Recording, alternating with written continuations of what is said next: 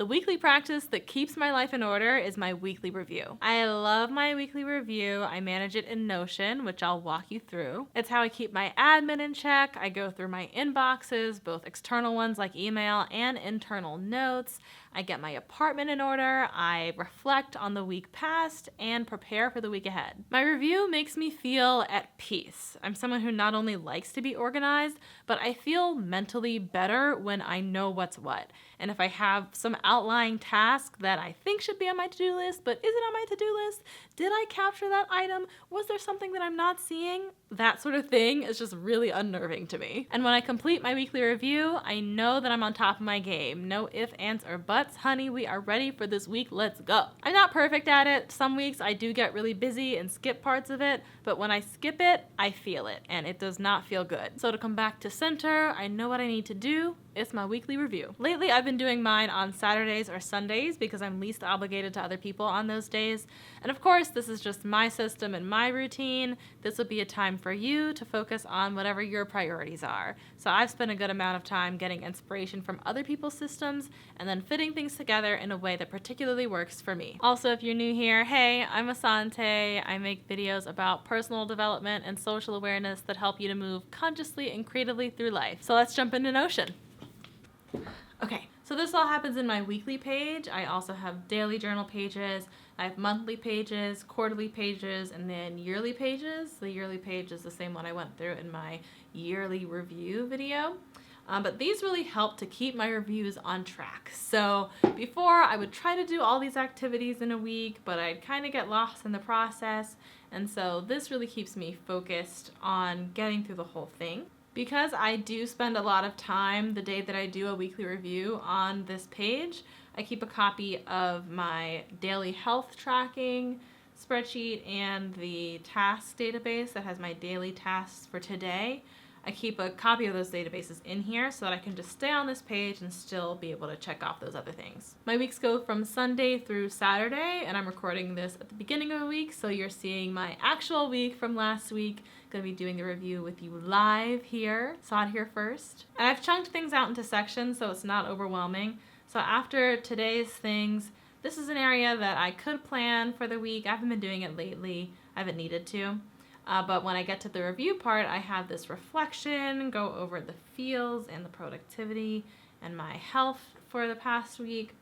And then the rest of the review, I have the section for planning the week, cleaning up my apartment, clearing out all of my inboxes, and then these things at the bottom have to do with the planning section of the review, which I'll get to in a bit. All of this layout is a part of a template, so each week this will generate automatically when I apply the template, and this is in the LifeOS template that I have. If you picked that up, a link to that is in the description. So starting off with the weekly reflection, I start with the productivity, and honestly this is my favorite part because I'm just a total nerd and I love data about how to optimize things and be more efficient with my time. So I always go through this part no matter what. The other things I might skip depending on how busy I am, but I do always go through my tasks. So this is linking to my ultimate to-do list, which I did another video about. I have the action itself, and then I estimate the amount of time that it'll take me, and then when I finish the task, I mark how much time it actually took me. So I have these here, and this is of course only my intentional actions. There's that stuff in between, you know, replying to emails that come up, stuff that sort of wanders onto your plate. But these are all the things that I set out to do, and so I have 53 hours, 53.61 hours of intentional action last week and 44 tasks. So I go through and just enter those numbers here, and that allows me to have my weekly run rate. And so now I know and I can predict, okay, I can usually get this amount of workload done. This is going to be more reasonable for me to tackle or less reasonable for me to tackle. And so seeing those averages over time has been really valuable. Then I also like to look at what kind of tasks are consuming my time. And so I look at things first by activity type, just to get a sense of, you know, am I doing the right balance of production work versus admin work? Am I getting my social time in? How does all of this feel? And so you'll see I did 28.64 hours of production. That's pretty good. Spent this time sort of sending emails and doing communication tasks, some admin, couple of leisure things, kind of a lighter leisure week, errands, meetings, things that I'm waiting on, and things that I did for wellness. So I jogged 4 days this week, pretty good. This is the hours from the weekly review last week, so I can just get a sense of that. And then by zone is what I really like to write down to make sure that I'm getting that balance of activities across my life, that I'm not just working, that I'm making sure to get in my personal stuff. So anything that doesn't have an assigned zone will pop up here, and I'll be able to assign things real quick. And then I'll go through and look. So I got 15.82 hours of personal done. So I'll log that here. For my business, I have one category for my own work and another for client work. So this one's for my work. I got 11.8 hours done. For client work, I had 22.99 hours. This was a heavier client week. I actually had a shoot, and so there's some travel that happened. And then I have 3 hours of socializing.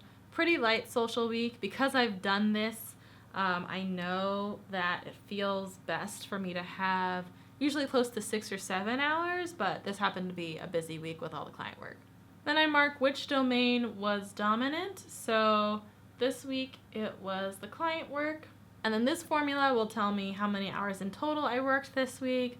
This is, of course, just the intentional work. There's all the in-between tasks, but that captures that. And with those entered, I have formulas that will let me know what percentage I'm spending on personal time, work time, clients. And so that's nice to know, because people always ask me, like, what percentage do you do, like, clients versus your own stuff? And so it changes really week to week, but I can at least start to see the patterns because I have this data. Data. I have this Kaizen section. Kaizen is the art of finding small ways to adjust your workflows over time to produce better results.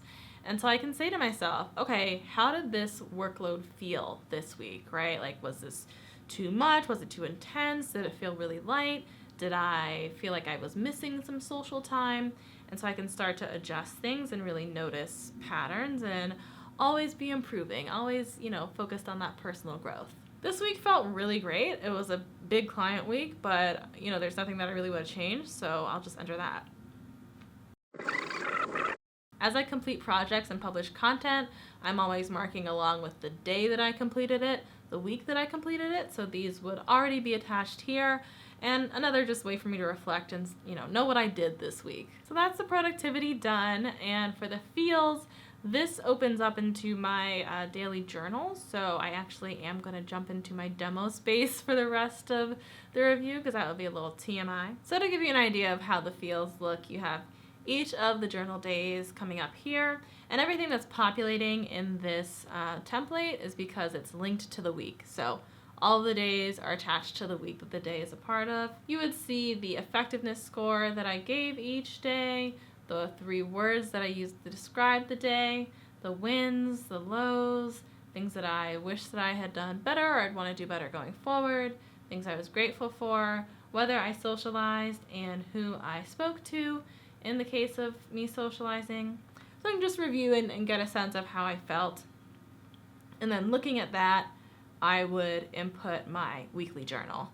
So I would say, okay, how effective was the week overall?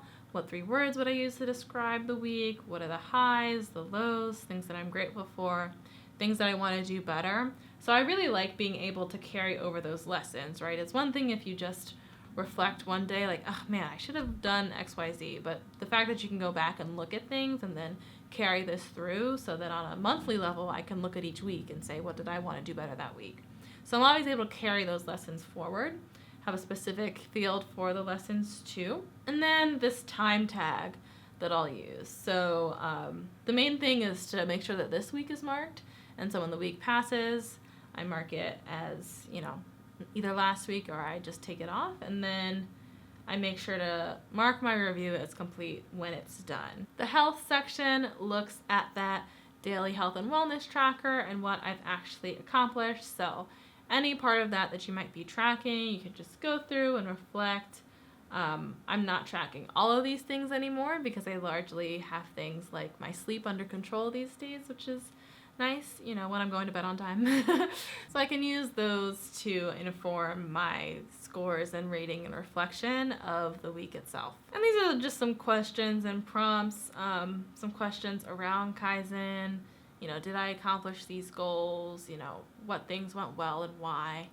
To just prompt some thinking. So this whole reflection usually takes me about 20 minutes, maybe 30 minutes if I have a lot to say. So really doable, and that's sort of like the bare minimum that I do every week. And then we get into the meat of the weekly review.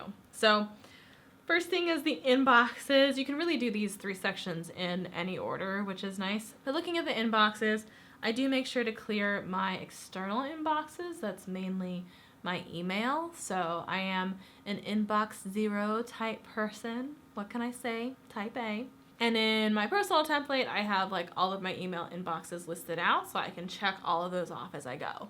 I subscribe to Tiago Forte's method of clearing inboxes. I'll leave some links to him in the description.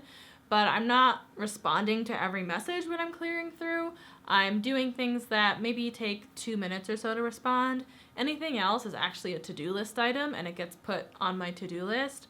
And otherwise, I'm archiving things that are no longer relevant. If I know I'm not going to need an email, I'll go ahead and delete it. I put things into folders sometimes. Usually I just archive and rely on search, which is all around more efficient because the search function is pretty good.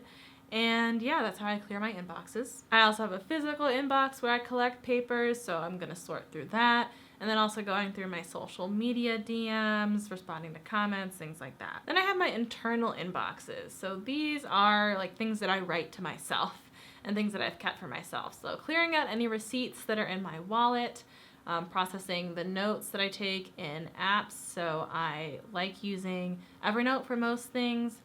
Apple Notes is a bit quicker to open, so sometimes I'll do some quick entry into that. Clearing my desktop and downloads folders, clearing any like photos and screenshots that I've taken on my phone, and scanning my tabs on the browser. In my email newsletter, I actually mentioned that I use OneTab, which helps to, you know, clean out the things that have just been open in your browser for a long time. And then once I'm all cleared out and things are organized, I make sure to do my backups. So backing up the hard drive, the computer, my phone, and giving it a nice clean restart. This inbox clearing is the part of my review that tends to take the longest, and it's also the part that's the most variable as far as time that it takes. Because if I've not done it 1 week, or if I've only partially done it 1 week, then I have more things to sort through in the inbox the next week. So it really depends. It of course would depend on how many emails I've gotten, but it might take probably an hour and a half to get through everything digital and physical. Then we have cleaning, which I'm doing around the house. So I have my hygiene that, again, I definitely want to do. Refilling my vitamins, changing the pillowcases, things that would just kind of get gross if I left them be, right? I used to just like let my toenails get long because I just forget to look at them, you know? So it's just a little reminder, like, hey, take care of your toes. And I also have my larger tidying around the house. So charging any devices that need charging, hand washing any clothing, getting my room and my desk in order. Watering my plants takes a good 30 minutes now. I'm a full-on plant mom, so sometimes even break that out into its own thing because I just gotta make sure and check up on all my little babies, you know, make sure everyone's okay. Cleaning might take me about an hour, maybe an hour and a half. And then I'm planning out my week. This is also something that I do regardless. I just find myself doing it, but this is a structured way to approach it. And because I have an anti-fragile system that allows me to manipulate my plans throughout the week, I'm really doing this as I go, but the end of the week is a time for me to really be intentional and sit down and map out what's going to be happening probably over the next couple of days. So I do have to set up the structures within Notion each week. So at the beginning of the month, I make the weeks themselves, and then at the beginning of the week, or really the end of the previous week, I make the daily structures. So this is the health and wellness, this is the daily journal. And so what I do is that I have an Alfred shortcut that will automatically give me a list of the days for the next week. So I just have week, boom, and then I copy this, paste it into Notion, and I just drop it into the tables. And so that's how I quickly generate these, and then all I have to do is copy and paste the links. So I would just copy here and come in and paste it. And, you know, I haven't done it for this coming week, but that's what I would do, just paste, and do that. So setting up these structures is maybe like 10 minutes. I also like putting in any daily activities here. So I usually jog every day. And so I have this button that will generate a week's worth of exercise items, and I will turn them into tasks by dragging them into here. And then I will just copy the week full of dates, copy, paste, and then I will have exercise showing up every day on my to-do list. I've already, within this template button, populated that this is going to show up as an hour and that it's a wellness activity. So that's how I do that. I review my finances as a part of this process. I only review them like once a week, but that's fine, you know, for my cadence.